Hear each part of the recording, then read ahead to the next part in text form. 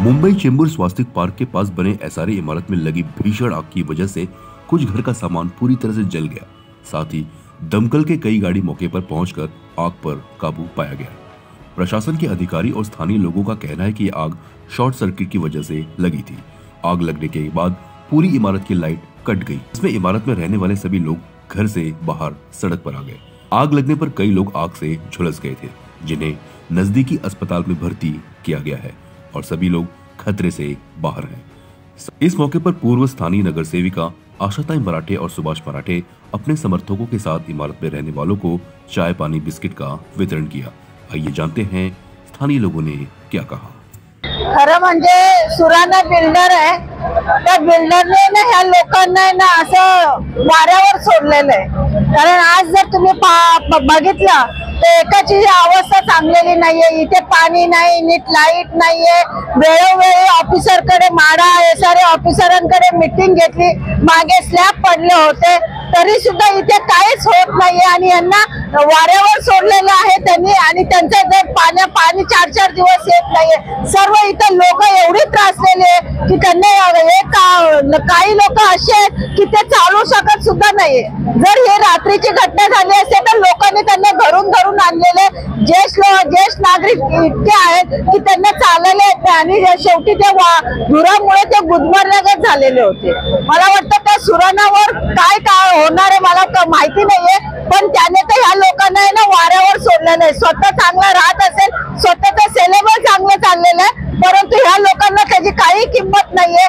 ज्या वेळेस त्याने हे घेतलेलं होतं हा झोपडपट्टी एसआरए, त्यावेळेस सर्वांना सांगितलं होतं आम्ही चांगले घर देऊ। आज जर तुम्ही पाहता तर तिथे नाही लिफ्ट नाहीये। जर मागे ते एका महिलेचा लिफ्ट मध्ये मृत्यू झाला, काय झालेलं आहे इथे आणि हे वाऱ्यावर सोडलेलं आहे। मला असं वाटतं या सर्वांनी ना पोलीस स्टेशनने सुद्धा याची दाद घ्यावी। वेळोवेळी हे लोक पोलीस स्टेशनला सुद्धा जात आहेत, परंतु कोणाकडून काही होत नाहीये। त्या सुराणाला काहीतरी करा आणि लोकांना चांगली घरं आणि त्यांना जी जीवन आवश्यक वस्तू आहे पाणी लाईट हे तरी त्यांना द्यावं। त्याने पाण्यासाठी वन लोक फिरतायत, आज 4-4 दिवस घरामध्ये पाणी नाहीये त्यांचं।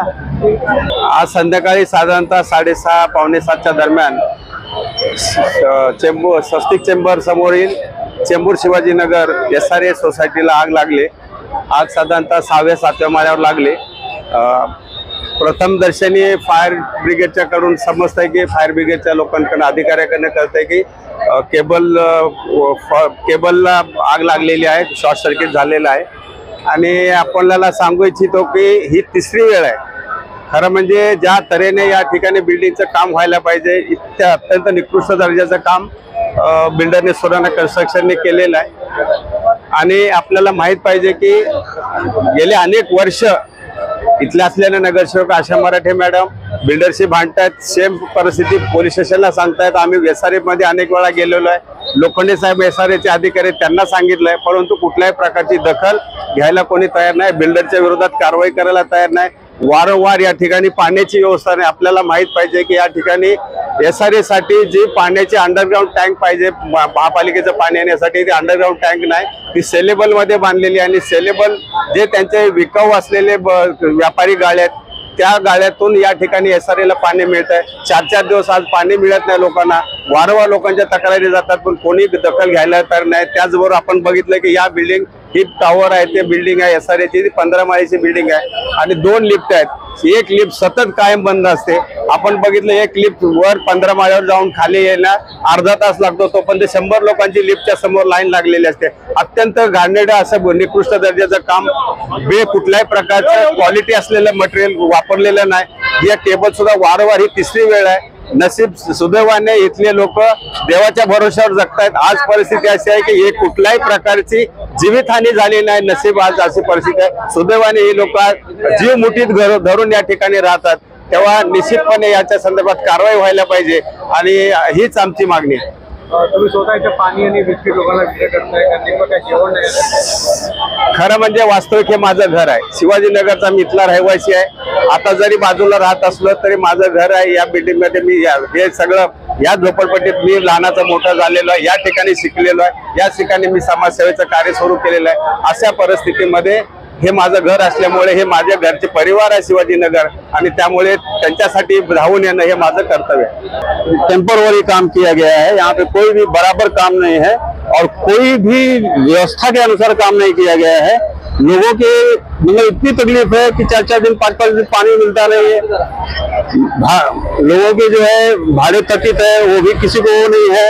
और अगर हम लोग रिपोर्टिंग भी करते हैं कि बीच में स्लैब भी गिरा हुआ था, रिपोर्टिंग भी करते हैं तो कोई कार्रवाई होती नहीं, नॉर्मल कार्रवाई होती, बात खत्म हो जाती है।